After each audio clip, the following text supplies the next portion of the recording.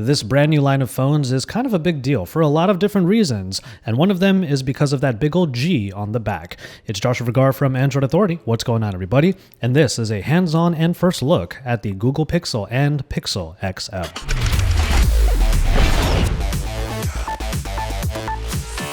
Now, for the purposes of this hands-on, the Google Pixel will be the white phone that I'm using, and the Google Pixel XL will be the black version that I'm using. There is a blue version of the phone, but we did not get any time with that device. There are a couple of photos you can see of it over at AndroidAuthority.com.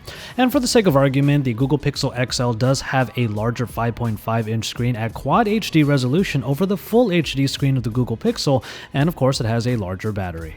Now, you may have seen the Google Assistant already on Google Allo if you happen to be using that messaging service, but now Google Assistant is essentially what replaces Google Now on Tap in the Android iteration of Nougat that is found in the Pixel phones. These will be the first place and currently one of the only places that you can use Google Assistant as the overarching software in these phones. That said, the software looks essentially what we expected it to, with the launcher being the Pixel launcher. You can slide to the left in order to go to a Google Now page, and there's that Google button on top that is always on the ready if you want to do a search. But of course, you still have the usage of the hot word OK Google in order to turn on the phone and essentially turn on Google Assistant. You can also hold the home button and it will open up Google Assistant. The thing about Google Assistant is that it's actually kind of scarily accurate. It's really good at picking up the voice, and in the very loud area that I was in, the phone was able to pick up my voice and accurately convert my speech to text with no problems at all.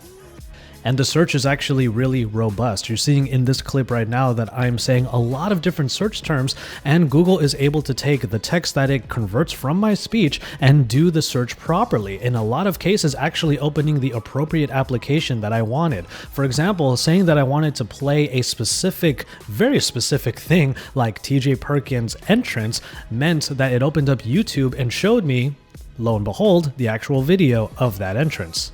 This version of Android Nougat is only found on the Pixel, and it is powered by a Qualcomm Snapdragon 821. That is the latest Snapdragon that is available and the most powerful currently, and it's backed by 4 GB of RAM, and for the Pixel, you have the 2770 mAh battery, while the Pixel XL has a much larger 3450 mAh battery that can be quick charged, or rather fast charged, for up to 7 hours of battery life in only 15 minutes.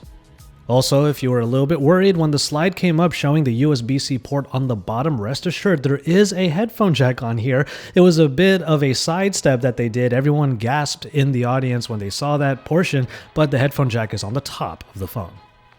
Obviously, we're going to put Google Assistant through its paces once we get our review units, and the same will be said for the Android iteration that's found in these phones. It seems pretty snappy so far, and it's actually quite clean, and if these Pixel phones are supposed to go up against the standalone ecosystem of iOS, for example, well, then this is going to be one way of consolidating what is supposed to be what Android is all about. With that all said, the phones themselves are kind of bare bones, which I actually personally like. I prefer to have bare bone looking phones that then have a lot of capabilities underneath that surface. That glass panel on the back that combines with the metal unibody is a kind of unique look, but overall it's basically just a shiny slab that is available where the fingerprint reader is, and then of course there's the camera up top. Because of that chamfer on the sides, I got to the point where I thought this phone looked like an iPhone mashed together with a Moto Z Force. And finally, we will talk about the camera a little bit. Of course, we don't have any samples to show you, but we did play around with a few of the settings on there. The camera application looks a lot like what you would expect from a Nexus phone. It's pretty simple and you can swipe in and out in order to go to different modes.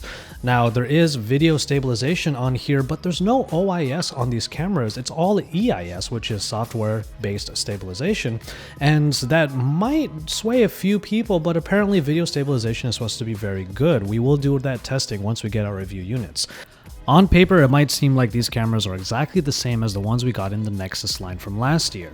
12.3 megapixels at 1.55 micron sizes, which make for better low-light shots, and f2.0 aperture, but there should be some optimizations in here, and Google was very keen on telling us that DxOMark gave this camera one of its highest, if not the highest rating of a smartphone ever. It does help though that Google Photos is a big part of the Pixel phones, where you will be able to use unlimited storage at full resolution for both videos and photos. So when it comes to the lack of an SD card slot, you probably won't have any problems keeping space on your phone because everything will be uploaded to the cloud anyway. With a price tag on the Pixel of $649, we will have to think a little harder on whether or not these phones are actually that exciting enough to warrant such a high price point, with an even higher price point there for 128GB models or even just the Pixel XL at 32GB. But with that said, there's a lot to be excited about, not just with the Pixel phones, but with the rest of the ecosystem that Google is hoping to create based upon what is actually a pretty mind-blowing thing in Google Assistant.